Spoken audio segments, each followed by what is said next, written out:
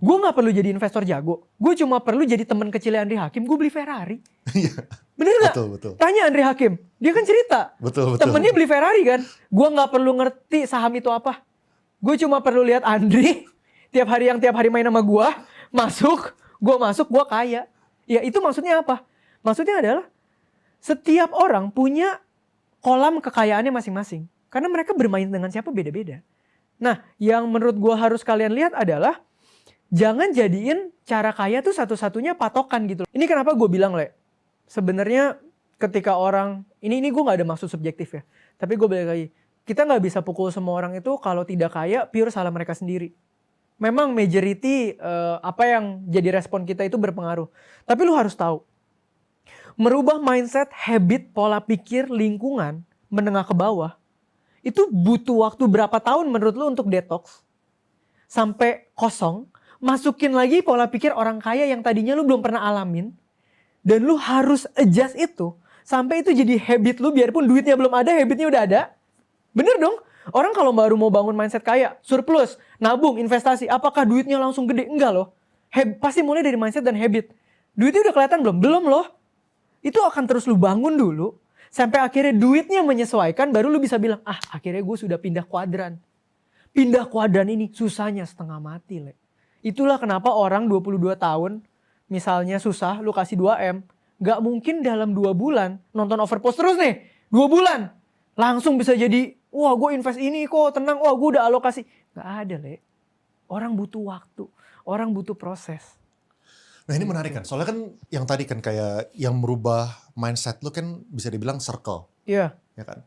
Nah sedangkan kebanyakan orang kan mungkin gak punya kesempatan buat belajar di penabur. Gitu kan? Bahkan gak tahu kalau misalnya penabur itu bisa didiskon 80% gitu mungkin kan. Gimana caranya supaya orang-orang yang secara ekonomi itu relatif di bawah, mereka itu tuh bisa networking dengan orang-orang yang di atas gitu. Mungkin bukan ngomong network dulu ya. Yang pertama harus dijebol adalah punya mindset yang di atas dulu. Gimana caranya? Nonton ini Overpost. Dulu gue, selain circle, gue tuh selalu mencoba datang-datang ke acara-acara. Ya lu tau lah, ada orang seminar personal branding, ada orang seminar investasi.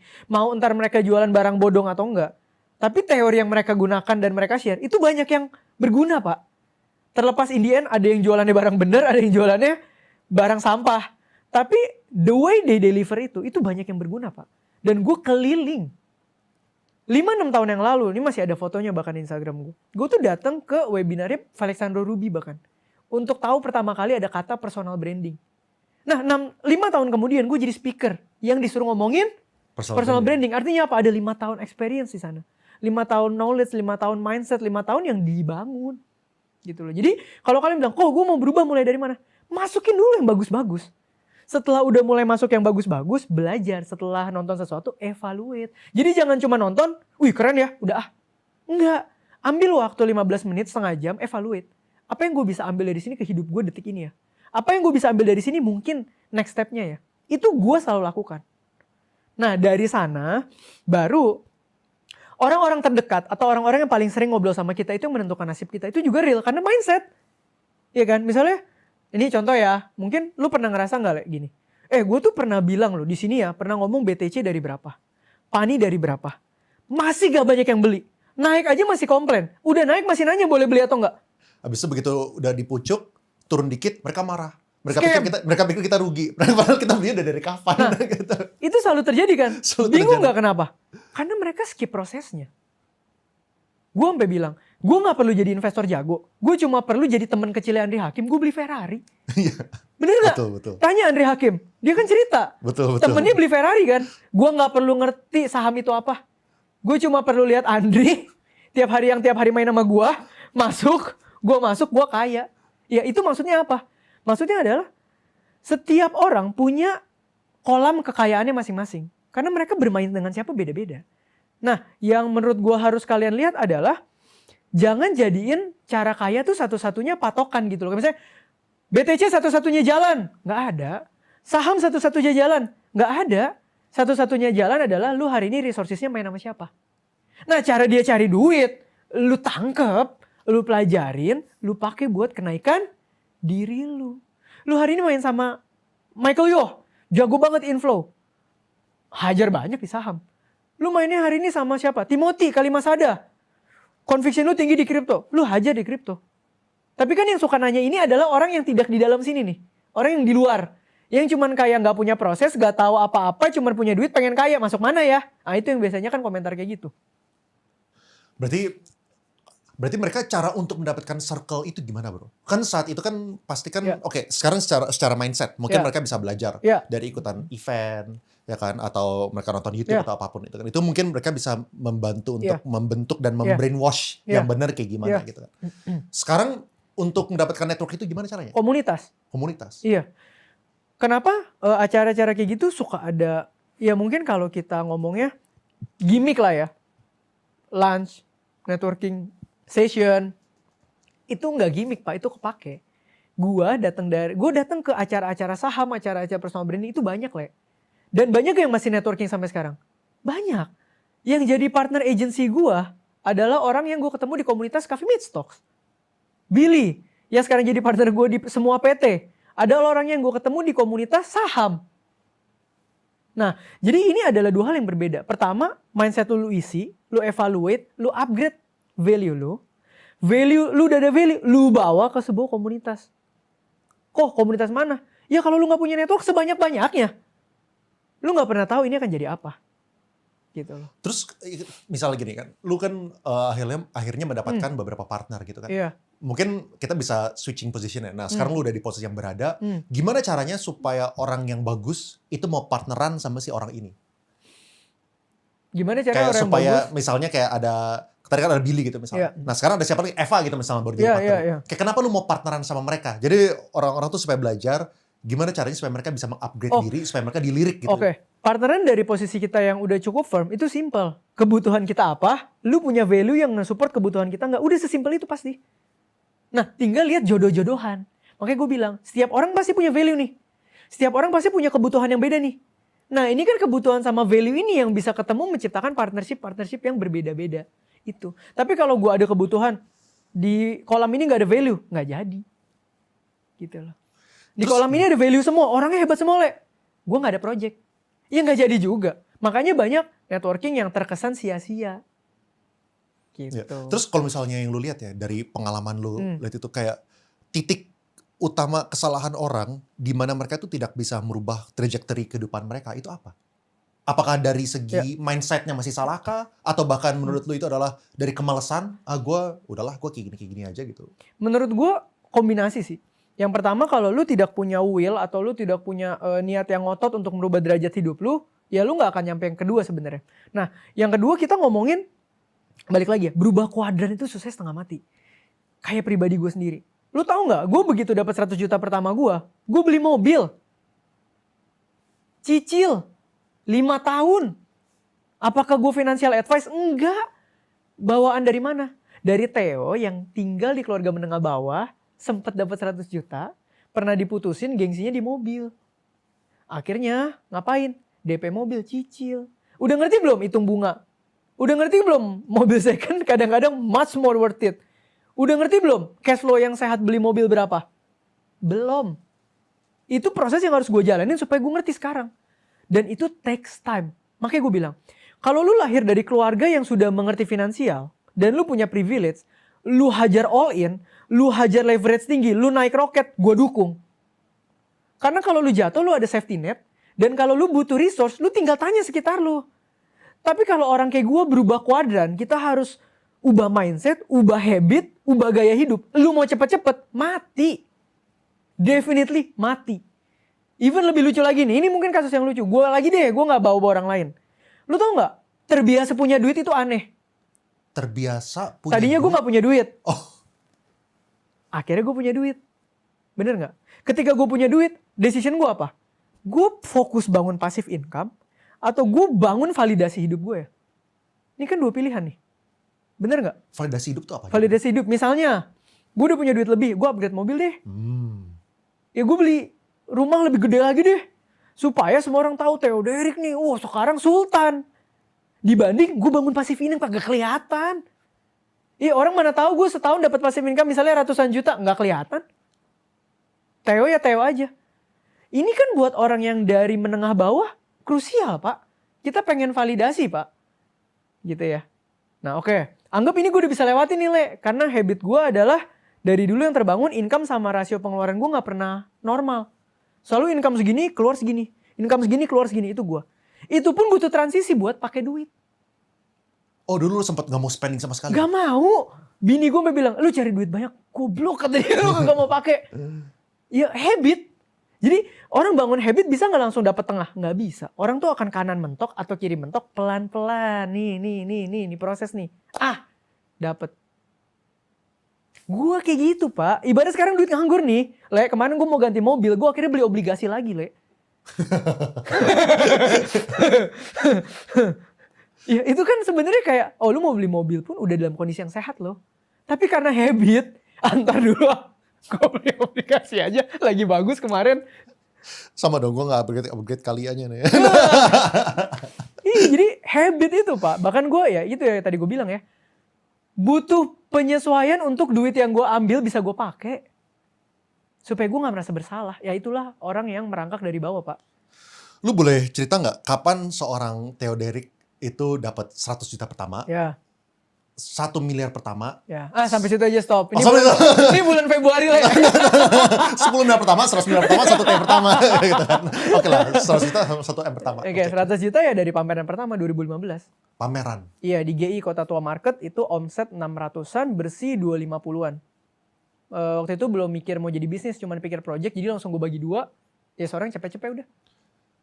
Jadi dari project pun udah bisa lah ya kalau misalnya kasih tau ke orang supaya dapetin 100 juta pertama. 100 juta pertama menurut gue masih sangat visible. Balik lagi ya, gue ngomong gini. Kadang kita ngomong orang penghasilan 20 juta sama penghasilan 8 juta, kayaan mana? Gak tahu, karena lu gak tahu cost-nya. Bisa aja yang 20 juta harus bayarin papa mama yang punya hutang, tanggung adiknya kuliah. Bisa aja yang 8 juta sebulan diri dia doang. Ya ini kan jatuhnya lebih kaya, Pak, daripada yang 20 juta. Gitu. Jadi balik lagi, sesuaiin sama cost-nya kalian. Tapi kalian harus ada 100 juta tuh sebenarnya sama kayak 3 juta ditumpuk tiap bulan selama 3 tahun. Gitu, atau 2 juta ditumpuk tiap bulan selama 4 tahun. Dan gue rasa untuk saving power 1-2 juta harusnya masih achievable. Kalau lu bilang, kok tapi gaji gue kan di bawah. Mungkin plus side hustle. Lu dapat side hustle yang sebulan 1,5-2 juta aja. Asal side hustle-nya lu tahu tujuannya untuk bangun kekayaan lu. Itu bisa jadi 100 juta. Tapi memang butuh waktu ya. Kalau 1 miliar? Kalau 1 miliar menurut gue ini gak bisa ngomong for everyone. Karena kalau lu di tier gaji yang mungkin lu ngomong di bawah 10 juta aja. Ini udah susah banget. Karena game ke 1 miliar menurut gue bukan di investment. Earning powers udah. 100 juta sama 1 miliar itu ngomongin earning powers. Tapi kalau lu ngomong, kok gaji gue puji Tuhan udah achieve 20. Nah, tergantung saving ratio lu berapa nih. Ya kan, kalau saving ratio lu bisa 8-10 juta, itu aja kalau sama investment yang biasa-biasa mungkin 8 tahun dapat. Tapi kan balik lagi, habit lu saving konsisten segitu lama dengan rasio segitu selama 8 tahun bisa nggak? Karena balik lagi yang gue bilang tadi, yang susah lagi nih, Le. Orang halfway nih. Wih, gila ya, 4 tahun gue udah kekumpul 500. Wah, mobil listrik murah-murah, bagus-bagus nih. Iya dong, tukar tambah, nggak jadi lagi 1 miliar. Konsistensi itu ya. Nah, kalau misalnya tadi kan berarti 2015 ya yang 100 juta ya? 16? Iya 2015. 15. Kalau 1 M-nya kapan? Around 24, 25 lah. 2020, enggak tadi kan 100 juta kan 2015. Oh kalo bukan. Umur 25 maksud gue. Oh 25, itu berarti tahun berapa? Gue 2015 tuh umur 22. 3 tahun, iya. 2018 gitu kan. 3 tahun. Nah kalau misalnya buat lu sendiri, apa yang mengakibatkan lompatan itu? Dividen kalau gue. Bisnis lu berarti? Iya. Dari usaha lah ya, berarti dari project lu, itu lu soalnya, jadiin bisnis gitu. Itu malah belum marak saham, belum marak apa-apa itu. Gue masih deposito buka biliet di bank biru fisik. Kan dulu biliet fisik kan, bahkan masih deposito itu, early-nya. Iya. Terus mayoritas orang ya, apakah menurut lu yang lebih make sense yang mana nih untuk mencapai 1 miliar pertama? Apakah dari kerja, naikin karirnya, bisnis, investasi, kayak gimana itu yang menurut lu yang paling realistis? Menurut gue investasi definitely no. Definitely no? Enggak, menurut gue. Kecuali emang lu tujuannya gambling supaya jadi ya. Masukin meme coin supaya 100x bro. Iya, karena gini, kalau lu assume misalnya, oh kok gue orang yang punya tabungan 30 juta. Gue mau menuju 1 miliar pertama gue. Lu gak mungkin saranin investasi lah, gila. Lu mau suruh dia kali berapa itu? Nggak mungkin. Yang pasti Indian lu tanya adalah prospek karir lu gimana? Possible nggak di sini? Lu plus THR sama bonus kira-kira berapa? Saving rasionya yang bisa lu gulung jadi capital.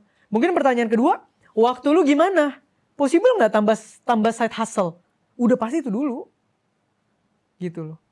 Lu tapi nggak pernah kerja di tempat luar ya? Enggak. Kalau misalnya yang lu lihat ya kayak oke, dari circle lu yang dulu yang lu kenal gitu, yang startnya mirip-mirip kayak lu gitu. Menurut lu berapa persen yang bisa mengubah kehidupan mereka? Gue gak bisa ngomong, tapi semua temen gue sampai sekarang ngomong gue adalah satu-satunya orang yang mereka kenal dengan kondisi broken jadi kayak gini. Gue akan bilang rasio probabilitasnya kecil banget. Makanya gue selalu bilang hidup gue anugerah. Ya gue juga percaya itu sih sebenarnya. Maksud gue percaya sangat susah gitu untuk mereka. Susah. Ketika kita bilang, woi semua orang bisa jadi kaya. Enggak jir, sumpah gak bisa. Beneran gak bisa dah. Gak bisa gitu loh. Lu harus lihat bener-bener background mereka. Ada yang possible di stretch jadi kaya. Ada yang possible di stretch jadi lumayan. Even for some people, di stretch dari bayarin utang orang tua. Sampai punya 30 juta pertama. Itu gapnya udah segini, Le. Kalau lu lulus kuliah, urusin hidup lu doang. Dari 0 sampai 1 miliar. Ini buat lu segini nih. Buat orang yang dari umur belasan tahun udah harus kerja bayarin utang orang tua. Sampai bisa punya 50 juta. Itu sebenarnya mungkin lebih tinggi. Daripada yang bisa ngumpulin 1 miliar. Karena nggak bisa lu compare pak. Effortnya, pressure-nya, tekanannya, aksesnya. Apakah yang lu lihat ya, kayak mayoritas dari circle lu yang dulu, itu adalah dari segi mindset yang lu lihat jadi bottleneck? Ini lucu, ini balik lagi lucu deh. Gue pernah abis pameran, umur 23, 24 lah ya. Gue main ke rumah oma gue tuh di Gang Pepaya itu. Yang gangnya pinggir kiri kanan got. Gue ketemu sama teman kecil gue. Inisialnya D lah ya. Dia bilang, Dek. Dia bilang, Theo ya halo Deo, udah lama gak ketemu ya. Sekarang lu gimana? Oh iya gue sekarang kerja nih kata dia. Lu gimana Theo? Gue sekarang bisnis bangun pameran. Di mana? Di mall sama Sampurna Strategik. Nah, menurut lu nih, lu kalau ketemu gue bilang gue bikin pameran. Lu akan nanya gue gimana? Bikin pameran kayak gitu, kira-kira bisa ngasilin berapa sih? Di benak lu bisa berapa? Misalnya kita baru ketemu gue cerita, oh gue bikin pameran nih gitu. Kasar aja omset deh misalnya. Lu akan sebut berapa? Kasar. 300. Mungkin lu akan sebut, bisa 300 juta gak Teh satu pameran gitu ya? Gue ketemu dia, lu tau gak dia tanya apa? Lu kalau bikin pameran gitu nyampe 1 juta gak sih untungnya? Lu ngerti gap knowledge-nya gak? Knowledge gap di dalam gang itu sama di luar gang itu jauh banget, Le. Dan mereka mikirnya 1 juta sebulan. 1 juta nyampe gak? Berarti kalau pertanyaan mereka 1 juta nyampe gak? Menurut lu gaji dia berapa? Nangkep ya maksud gue ya. Segitu jauhnya knowledge gap, Pak. Segitu jauhnya. Sekarang kita ketemu orang-orang di level ini, lu ceritain, mungkin lu ke Peak Avenue aja lihat, Theo sewa main atrium, booth ada segini, gue lihat Presley sewa segini, kali segini, cuan segini dia, selesai. Karena apa? Terlatih otaknya. Ada di circle seperti itu. Tapi ketika gue datang ke situ dia nanya, untungnya nyampe 1 juta nggak? Pak, tenannya 100 pak. Satu orang 10.000. 10.000. Gitu loh, maksud gue ya segitu jauhnya gap itu. Dan kalau mungkin di gang itu orang teman gue tadi nggak keluar dari sana untuk cari mindset komunitas knowledge baru, belum tentu dia bisa lompatin gap income, Le.